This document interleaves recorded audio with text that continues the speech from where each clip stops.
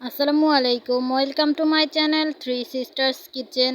আজ আপনাদের জন্য নিয়ে এলাম মুরগির মাংসের একটি রেসিপি।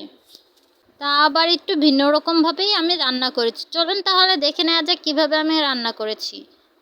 প্রথমে আমি এখানে সব মশলাগুলো বেটে নিয়েছি। এখানে আমি আদা, রসুন, পেঁয়াজ, মরিচ, নারিকেল বাটা, তারপরে এলাচ, দারচিনি এগুলো বেটে নিয়েছি।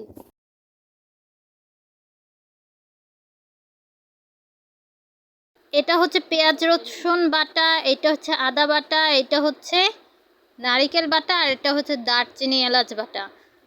বেটে একটা সাইডে রেখে দিয়েছি। তারপর এখানে আমি মুরগির মাংসগুলো ভালো করে ভেজে নিচ্ছি। এখানে আমি মুরগির মাংসগুলো একটু কড়া করেই ভাজছি, যাতে করে ব্রয়লার মুরগি থেকে যে গন্ধটা আসে সেটা চলে যাবে ভালো করে ভাজলে।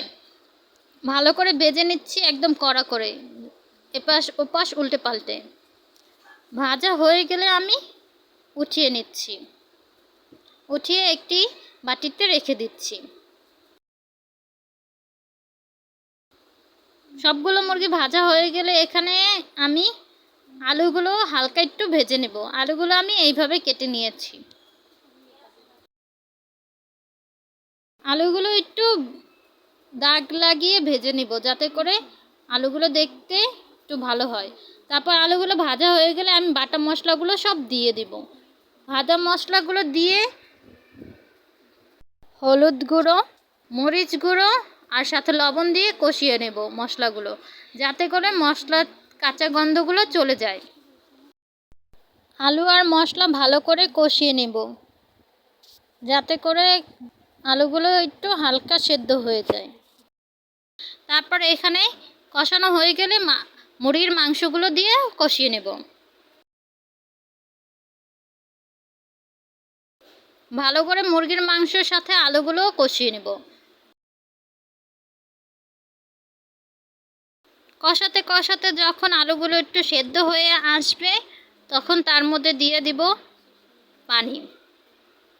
পানি দিয়েও ভালো করে কষিয়ে নিচ্ছি।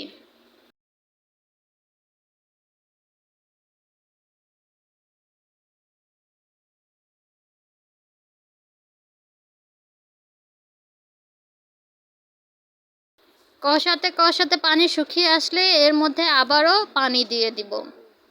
পানি দিয়ে ভালো করে রান্না করে নিব। এখানে আমি আলুগুলো সেদ্ধ হওয়া পর্যন্ত অপেক্ষা করব।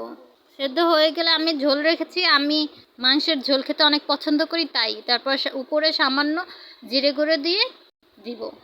জিরে গুঁড়ো দিলেই তৈরি হয়ে যাবে মুরগির মাংস। এভাবে একবার রান্না করে দেখবেন, খেতে অনেক মজা হয়। এতক্ষণ ধরে আমার ভিডিওটি দেখার জন্য আপনাদের অসংখ্য ধন্যবাদ। ভালো লাগলে অবশ্যই কমেন্ট করে জানাবেন। আর আমার চ্যানেলটি সাবস্ক্রাইব করতে ভুলবেন না। আপনজনের সাথে থাকুন, আপনজনকে ভালো রাখুন। আল্লাহ হাফেজ।